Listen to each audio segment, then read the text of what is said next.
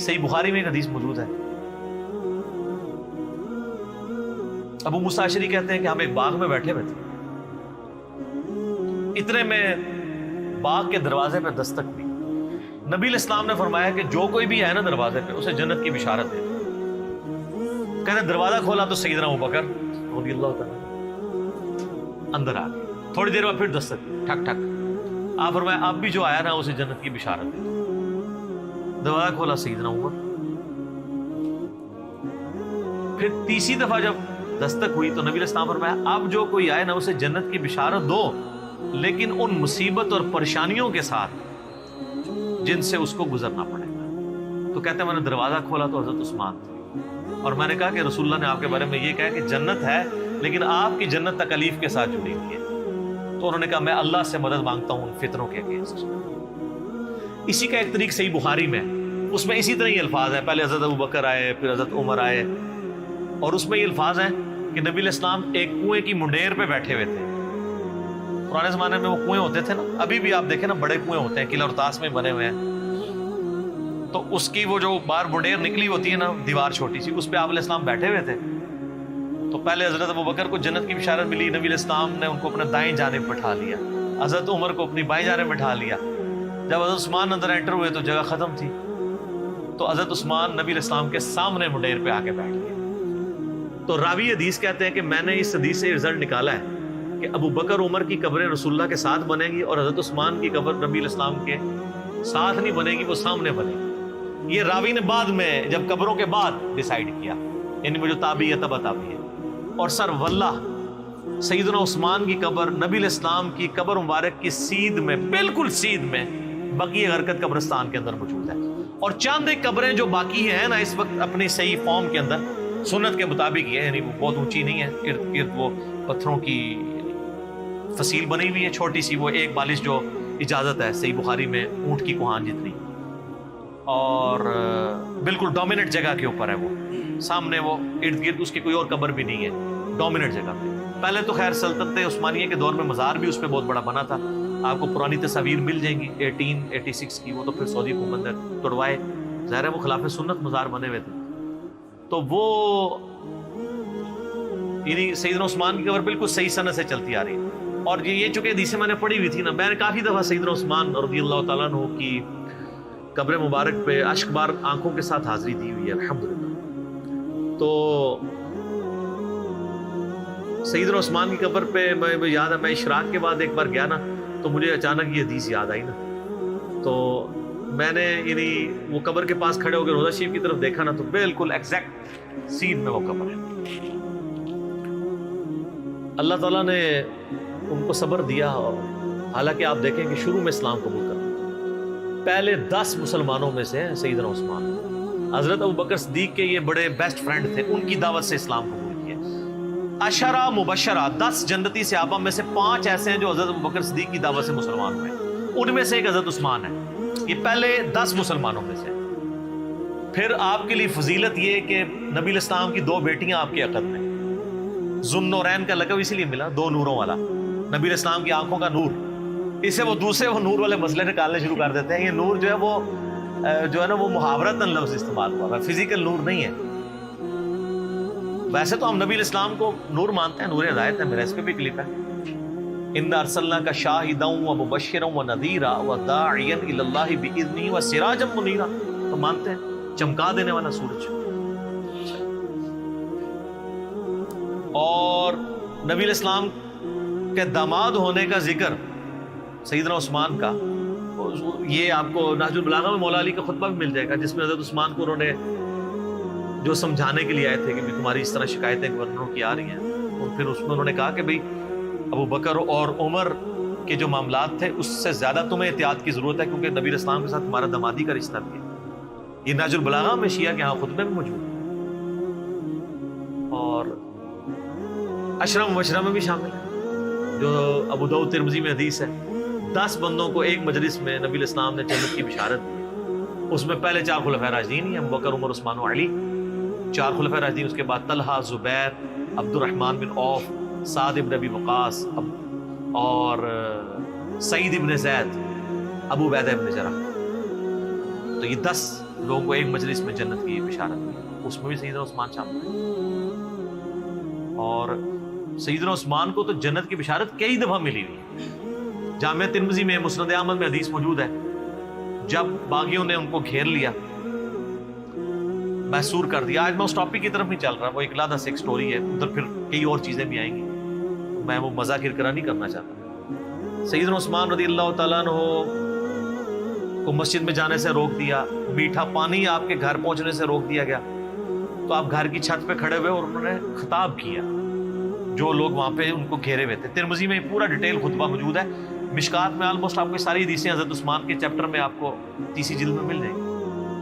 تو ان کا لوگوں، میں تمہیں اللہ کی قسم دیتا ہوں اور اسلام کا واسطہ دے کے پوچھتا ہوں، کیا تمہیں یاد نہیں ہے کہ نبی علیہ السلام جب مدینہ شریف ہجرت کر کے آئے تھے تو مسلمانوں کے لیے میٹھے پانی کا کنواں نہیں تھا، اور نبی علیہ السلام نے کہا تھا کہ کون ہے کہ جو کنواں لے کر وقف کرے اور جنت میں سے بہتر کنواں لے لے؟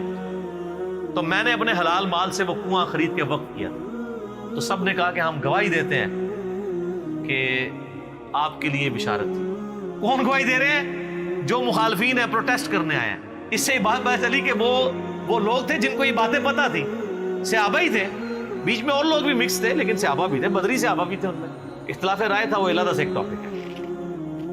یوٹیوب پہ میرا کلپ ہے شہادت عثمان کے اصلی اسباب کیا تھے۔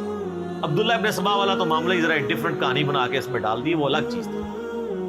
پھر سیدنا عثمان نے کہا کہ تمہیں یہ یاد نہیں ہے کہ مسجد نبوی کی توسیع کی باری آئی تو نبی علیہ السلام نے فرمایا کون ہے جو مسجد نبوی کے لیے زمین لے کے وقف کرے توسیع کے لیے کہ جنت میں سے بہتر اسے اللہ تعالیٰ قطع عطا فرمائے؟ تو میں نے اپنے مال میں سے وقف کیا تھا اور مجھے جنت کی بشارت ملی۔ بالکل ایسا۔ پھر ان کا جو جیش العسرہ تھا، تنگی والا جہاد، یعنی تبوک، جہاں پہ جہاد فرض ہو گیا تھا ہر مسلمان، کیونکہ رومن امپائر سے ٹکرانا تھا، تو نبی علیہ السلام نے جب چندے کی اپیل کی تھی تو میں نے 1000 دینار نبی علیہ السلام کی جھولی میں ڈرا کے ڈالے تھے، اور نبی علیہ السلام اپنے مبارک ہاتھوں سے یوں ان کو الٹ پلٹ کرتے تھے اور کہتے تھے عثمان جنتی آج کے بعد جو مرضی کرے۔ تو انہوں نے کہا کہ ہم گواہی دیتے ہیں۔ سر یہ 1000 دینار آپ کیا سمجھ رہے ہیں کتنی رقم ہوگی؟ کیلکولیٹ کر کے دیکھیے گا۔ 20 دینار 7.5 تولے سونا ہوتا تھا۔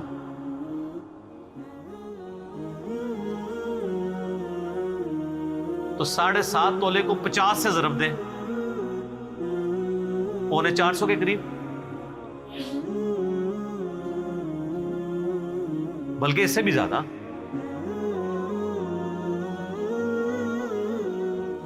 50 کو ضرب دیں 7 سے، 700,350 اور اوپر والا بھی کر لیں، تقریباً 400 کے قریب، 350 زیادہ بن جائے گا نا، 7.5 ہے، 450 کے قریب سمجھ لیں، 450 تولہ سونا۔ اور آج کل کیا ریٹ چل رہا ہے؟ 70,000 ہے۔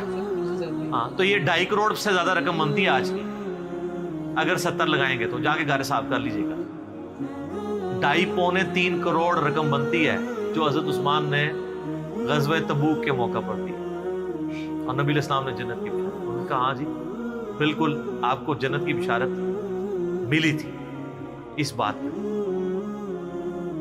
تو انہوں نے کہا تم مجھے نہ، اب یہ یعنی بشارتیں گنواتے جا رہے تھے، اور حضرت عثمان کہہ رہے تھے دیکھو مسجد میں نے وقف کی، مجھے مسجد میں نماز نہیں پڑھنے دے رہے ہو، کنواں میں نے لے کے دیا اور مجھے میٹھا پانی نہیں، مجھے کڑوا پانی پینا پڑتا ہے، مجھے تم پانی تک نہیں جانے دے رہے ہو، اور تم مان بھی رہے ہو ان چیزوں میں مجھے جنت کی بشارت ملی ہے۔ پھر حضرت عثمان نے چوتھا اور آخری سوال کیا کہ کیا تمہیں یہ حدیث نہیں پہنچی ہے؟ اور یہ حدیث بخاری میں بھی ہے، ترمذی کا یہ والا حصہ، کہ نبی علیہ السلام ایک دفعہ غارے پہاڑ ہیرا کے اوپر چڑھے، ہیرا پہاڑ کے اوپر، حضرت ابو بکر، عمر اور حضرت عثمان یہ ساتھ تھے نبی علیہ السلام، 4 بندے تھے یہ ٹوٹل۔ تو پہاڑ جو ہے وہ جھوم پڑا، ہلنا شروع ہو گیا، وہ تو بخاری مسلم حدیث ہے۔ ہیرا ایک پہاڑ ہے لیکن ہم سے محبت، وہ احد پہاڑ کے بارے میں آتا ہے، احد ایک پہاڑ ہے، ہم سے محبت کرتا ہے، ہم بھی اس سے محبت کرتے ہیں۔ بعض روایتوں میں احد کا ذکر ہے، بعض میں ہیرا کا ذکر ہے۔ بال الٹیمیٹلی یہ ہے کہ نبی علیہ السلام نے فرمایا کہ اے پہاڑ تھم جا، اس وقت تجھ پہ ایک نبی، ایک صدیق اور 2 شہید ہیں۔ 2 شہید کون؟ حضرت عمر اور عثمان۔ جو مسلم کی حدیث ہے اس میں یہ ہے کہ حضرت علی بھی تھے، طلحہ بھی تھے، زبیر بھی تھے۔ تو نبی علیہ السلام نے فرمایا کہ اس وقت تجھ پر انبیاء، شہداء اور صدیق کے علاوہ کوئی نہیں ہے۔ اس سے یہ بھی نبی علیہ السلام نے غیبی خبر دے دی کہ یہ باقی سارے شہید ہونے والے ہیں۔ حضرت طلحہ بھی شہید ہوئے ہیں جنگ جمل میں، حضرت زبیر بھی اور مولا علی بھی اور سیدنا عثمان بھی۔ تو انہوں نے کہا ہاں آپ کو شہید ہونے کی خبر دی تھی۔ تو انہوں نے کہا اللہ کی قسم، رب کعبہ کی قسم، میں کامیاب ہو گیا۔ میں نے تم سے یہی منوانا تھا کہ نبی علیہ السلام نے مجھے شہید کہا ہوا ہے، میں شہید ہوں۔ لیکن خیر ترمذی میں تو ادھر ہی ہے، باقی آپ تاریخی روایتیں پڑھیں گے اور باقی کتابیں دیکھیں گے، اس میں آپ کو ملے گا کہ وہ کہتے ہیں کہ حضرت یہ باتیں ساری صحیح ہیں لیکن اب آپ بدل چکے ہیں۔ نہیں، وہ جیسا ہمیں بھی کہتے ہیں کہ حضرت باتیں تو آپ کی ٹھیک ہیں لیکن کے بعد پھر اس طرح کی باتیں شروع ہو جائیں۔ تو یعنی بدقسمتی جب کسی پہ چھائی ہو، ورنہ دیکھیں ایک شخص جس کی 82 سال عمر ہے اور اس کی زندگی پوری قربانیوں سے تعبیر بھری پڑی ہوئی ہے، کہیں بشری تقاضے کے تحت کوئی مسئلہ مس ہینڈل تو اس سے ضرور ہو سکتا ہے، لیکن آپ اس کی نیت کے اوپر یا اوورال پوری زندگی کو تو 0 سے ملٹیپلائی نہیں کر سکتے۔ یہی وجہ ہے کہ جو ایران والوں نے فلم بنائی ہے مختار سقفی پہ، اس میں بھی جو حضرت معاویہ رضی اللہ تعالیٰ عنہ اور شیعان علی کا اختلاف دکھایا ہے، وہ اسی بات پہ کہ آپ نے خلفاء کے طریقے کو چھوڑ دیا اور اس میں وہ تینوں خلفاء کو رسپیکٹ دیتے۔ پھر حضرت علی علیہ السلام کی زندگی کے آخری 10 سال پہ ایک فلم ہے 22 قسطوں پہ، امام علی علیہ السلام، اس میں انہوں نے حضرت عثمان کا بھی، چونکہ ان 10 میں سے سمجھ لیں 4-5 سال تو عثمان کی بھی خلافت کے، حضرت عثمان کا بھی انہوں نے بڑا پازیٹیو کریکٹر دکھایا ہے اور یہ بتایا کہ اصل کلپرٹ جو ہے وہ مروان بن حکم تھا۔ حضرت علی حضرت عثمان کو سمجھاتے تھے تو پھر وہ اپنے فیصلوں کو بھی ریورٹ کرتے تھے، یعنی ان کی نیت میں تھی، لیکن ظاہر ہے کہ وہ ایک حضرت عمر والی مینیجریل سکل نہیں تھی۔ 72 ایئرس کی عمر میں چونکہ خلیفہ بنائے گئے تھے، ایک ایجنٹ تھے، تو بہرحال 82-83 ایئرس ایج ہے اور ایک شخص نے پوری زندگی یعنی اسلام قبول کیا، تو ان کا چچا ان کو مارا کرتا تھا، اتنی تکلیفیں کاٹی ہیں، سابقون الاولون میں سے، تو آخری وقت میں آ کے کیوں انہوں نے ایسا کرنا تھا کہ وہ نفس کے ہاتھوں مغلوب ہو جاتے ہیں، جن کی پوری زندگی اسلام کی خدمات پہ تھی اور نبی علیہ السلام نے کئی مواقع پہ انہیں جنت کی بشارت بھی دی۔ بال انہوں نے اپنے سیلف ڈیفenس میں کچھ بھی نہیں کیا، ورنہ 300 بندے کو ہٹانا کو مسئلہ نہیں تھا، لیکن وہ چاہتے تھے مدینہ الرسول میں میری وجہ سے خون نہ بہے۔